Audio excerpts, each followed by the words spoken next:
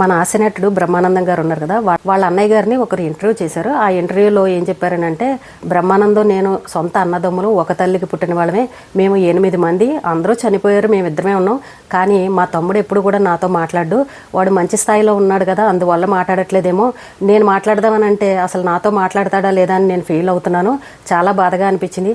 అన్నయ్య ఎలా ఉన్నావురా అని చెప్పేసి ఒక్క నిమిషం మాట్లాడితే నేను ఎంత సంతోషపడేవాడిని. మరి ఎంత బిజీగా ఉన్నా కనీసం బాత్రూంలో కూర్చున్నప్పుడైనా సరే ఈ అన్నయ్యని గుర్తు చేసుకుని పలకరించచ్చు కదా అని, ఆయన పాపం పెద్ద ఆయన, 70 సంవత్సరాలు ఉన్న ఆయన, గుళ్ళో పూజారిగా పనిచేసే ఆయన ఒక ఇంటర్వ్యూలో చెప్తుంటే ఆ వీడియో ఇప్పుడు సోషల్ మీడియాలో వైరల్ అవుతుంది. బ్రహ్మానందం గారి కుటుంబమే కాదండి, మనలో చాలామంది అన్నదమ్ములు మాట్లాడుకోని వాళ్ళు ఎంతోమంది ఉన్నారు. ఆస్తి తగాదాలు, మాట పట్టింపులు, ఏవో ఒకటి కారణాల వల్ల సంవత్సరాలు మాట్లాడుకోని వాళ్ళు ఉన్నారు. బ్రహ్మానందం గారు తలుచుకుంటే ఎంతసేపు అండి, ఒక్క కారు పంపించారని అంటే అన్నయ్య వాళ్ళ ఇంట్లో ఉంటాడు తెల్లారేసరికి. మరి ఆయన ఎందుకు పట్టించుకోవట్లేదో వీళ్ళని అర్థం కాని పరిస్థితి. ఇప్పుడు ఆ ఇద్దరు అన్నదమ్ములే కాదండి, మనలో చాలామంది అన్నదమ్ముల పరిస్థితి ఇలాగే ఉంది.